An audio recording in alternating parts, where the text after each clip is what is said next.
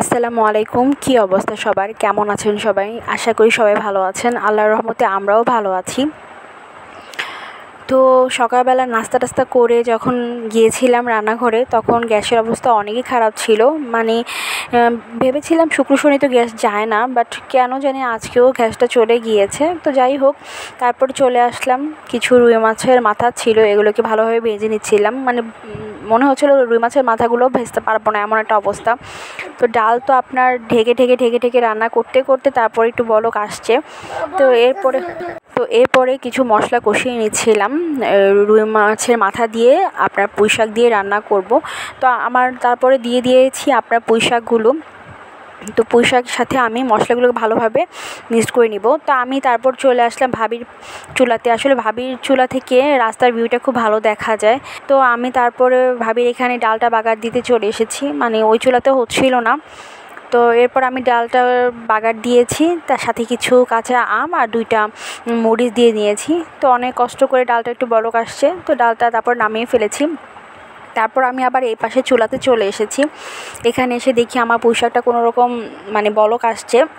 তারপর আমি কিছু ঝোলের সাথে মাছটা অ্যাড করে দিয়েছি। আসলে এতটা সময় ছিল না, আর বাচ্চাও খুব বিরক্ত করছিল। আমার মেয়েটাও শরীরটা তেমন ভালো না, খুব মানে কান্নাকুটি করছিল, যার জন্য খুব তাড়াহুড়া করে রান্নাবান্না করতে হয়।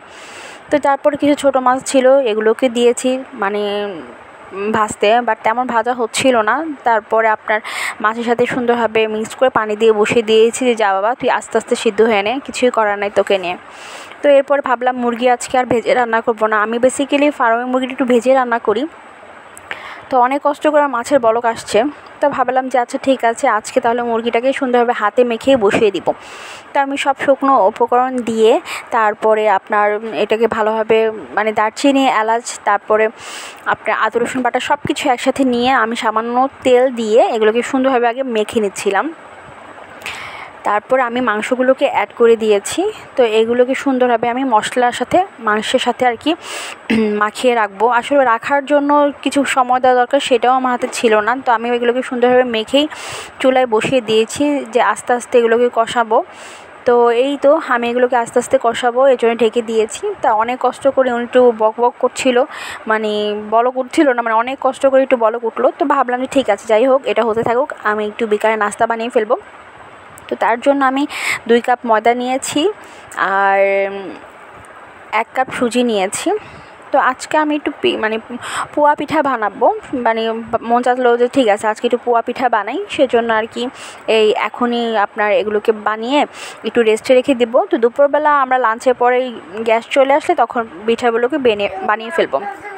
তো তারপর আমি কিছুটা লবণ দিয়ে নিয়েছি আর 1 চামচের মতো আপনার বেকিং পাউডার দিয়ে নিয়েছি। তো তারপর শুকনো উপকরণগুলোকে আমি খুব ভালোভাবে মিক্সড করে নিব।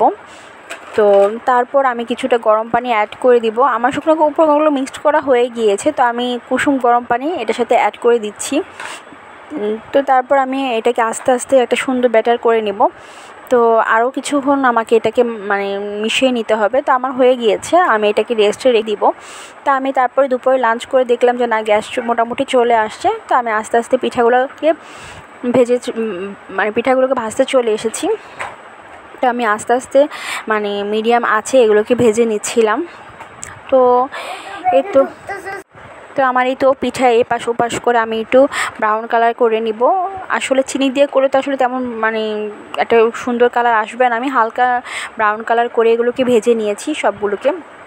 তো যাই হোক, খেতে মাশাআল্লাহ ভালোই হয়েছিল। তো আমার তো এই সব পিঠা বানানো হয়ে গিয়েছে। তো সবাই ভালো থাকবেন, সুস্থ থাকবেন, সবাই সবার জন্য দোয়া করবেন আর ভালো থাকবেন। আল্লাহ হাফেজ।